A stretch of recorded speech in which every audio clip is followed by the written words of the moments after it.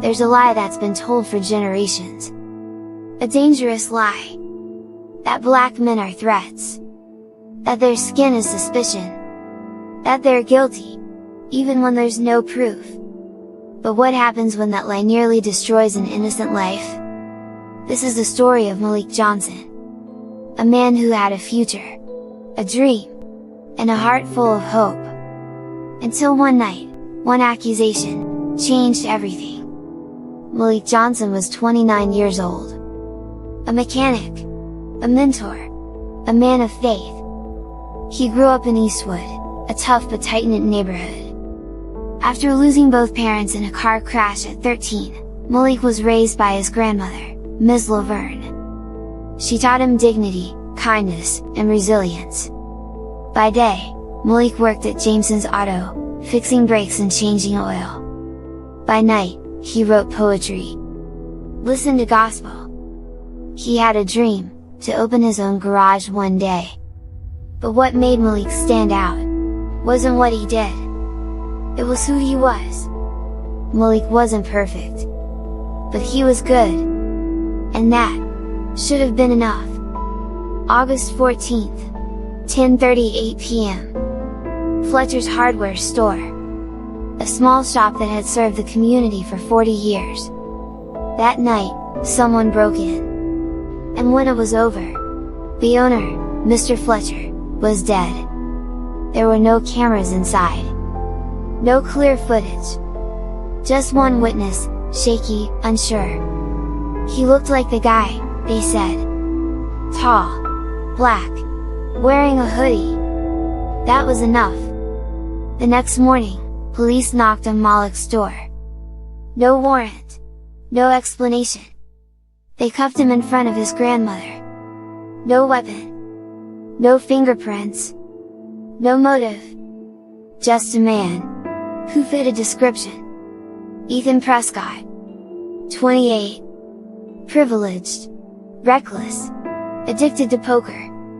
That same night, Ethan had tried to rob Mr. Fletcher. He was desperate. Owed thousands. But it wasn't supposed to end like that. A struggle. A gun. A shot fired too quickly. And then, panic. He ran. His father, a retired judge, found out. And cleaned up everything. Wiped cameras. Pulled strings. Hid evidence. Ethan had the face of privilege.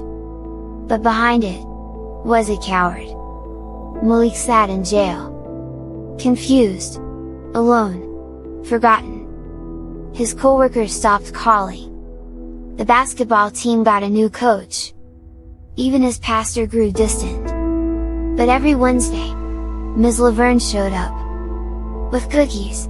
And a Bible. And then, a voice. A spark. Tasha Young. 26. A rising journalist for the local news. She smelled something off. Something didn't add up. They turned their backs. Because it was easy. Tasha leaned in. Because it was right. Tasha reviewed the case. The arrest report was missing timestamps. Security footage from a nearby gas station, gone. Even the witness couldn't identify Malik in a lineup. Then, she found Ethan's ex-girlfriend. And the truth began to unravel. He came home shaking, she said. He smelled like smoke. He said he messed up bad. Tasha confronted Ethan. He cried. Admitted it. But his father slammed the door shut. No confession. No arrest. And Malik's trial was just days away. The system was built to bury men like Malik. But justice doesn't die quietly. The courtroom was packed. Some came to watch a conviction. Others, to pray for a miracle. Malik stood. Calm. Dignified. I didn't do this, he said. I've never held a gun. All I held was a dream. Then, Tasha released everything. Footage. Logs. A hidden audio file. Ethan, sobbing, "I didn't mean to kill him." The courtroom gasped. Ethan was arrested, mid-trial. The truth, when spoken aloud, can burn through generations of lies. Malik walked free. After 11 months of pain, of fear, of silence, the same neighbors who looked away, now reached out with open arms. Tasha won a journalism award. But she said, "This belongs to Malik." Ethan was sentenced to 25 years. His father resigned in disgrace. And Malik? He opened the Johnson Center for Auto Skills, a free training center for young men of color. A place to learn, to grow, to rise.